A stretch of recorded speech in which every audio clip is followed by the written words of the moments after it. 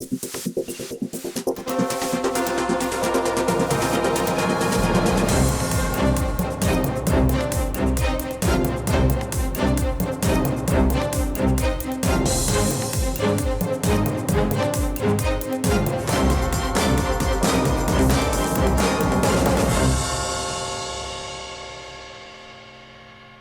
again, everyone. Welcome to another episode of RVBusiness Capitol Talk, sponsored by the Dicor Corporation.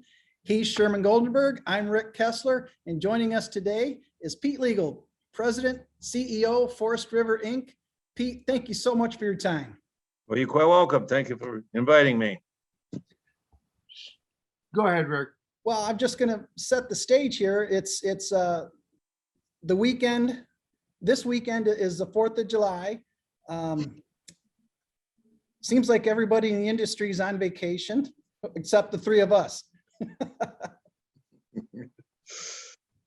No, we're coming off a couple of years of just unbelievably record-setting years for the industry, and now we seem to be moderating a little bit.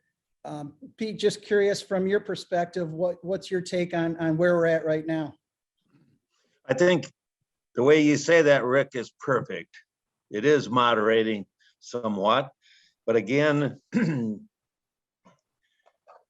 it's within very acceptable conditions, and dealers are getting their inventories back up. And at the same token, everybody, I think, is a tad bit cautious out there on exactly what's happening with the economy, Sure. Even though the economy is still good, it's people are just a little bit hesitant. What's your read, Pete, on the general economy, U.S.? Well, obviously, things are good. But again, we haven't seen the results yet of another interest rate increase. I think that's going to scare people a little more. But right now, things are good. And then take that, if you would, same analysis to this industry specifically. Expand on that a bit, where we sit right now. Well, right now, obviously, dealers are getting their inventories back up to where they have more product. I think we're going to see somewhat of a hesitation from dealers wanting to get their inventories up to the levels they were pre-pandemic, and because they made good money with less inventory. But that was a fluke going forward, and we'll see dealers being much more competitive in their pricing once dealers have more inventory. Are we? Go ahead, Rick. Go ahead. Is your sense that dealers are going to sit tight with inventory for the most part through the summer until we get to Expo? I question that. I think, Okay. I mean, looking at our dealers, they got stuff on order, they got stuff coming in, and their inventories are building like they should be. And I think there's going to be some of that, like anything, but it's not going to be a huge amount of it. I think we'll have a good product showing this September, and getting back to normal. Right now everybody's a little goosey. That's all. Yeah. Good word choice. Right. So if we look, at the open house, or what your people tend to call the expo, you see a pretty strong prospects for that event this year, as we hopefully return to something like normal. I think we will, and primarily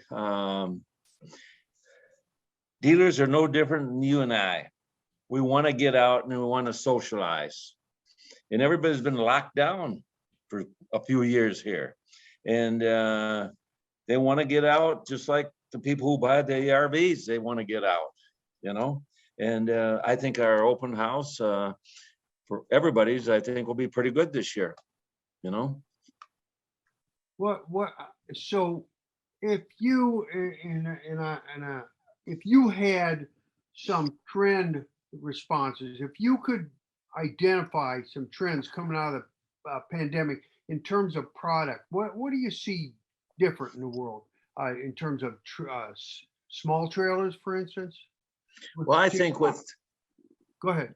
with this interest rate, if it keeps going up, and I think we're gonna have another interest rate increase in the next 2-3 weeks, and I think that's gonna scare a little bit, I mean. And I think we'll see that there's gonna be more of a trend, as it has been here lately, to smaller units.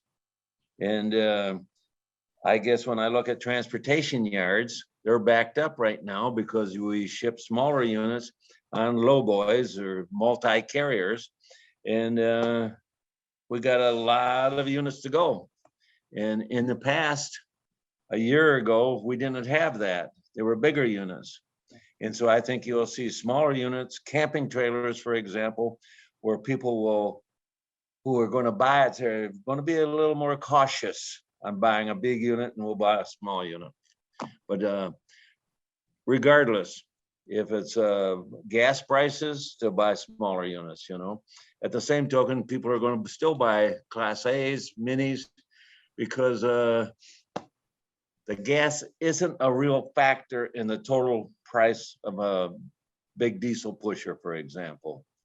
Yeah, it goes up a little bit, but it's nominal in the whole big scheme of things on owning a Class A diesel pusher. Go ahead, Rick. Well, Pete, it sounds like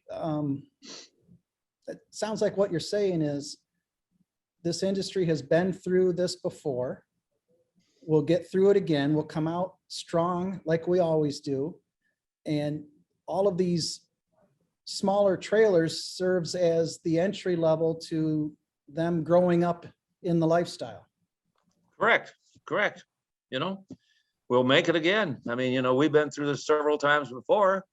I remember having to set in gas lines on a Tuesday, Thursday, or whatever that odd even number was. And that's the only time you get gas.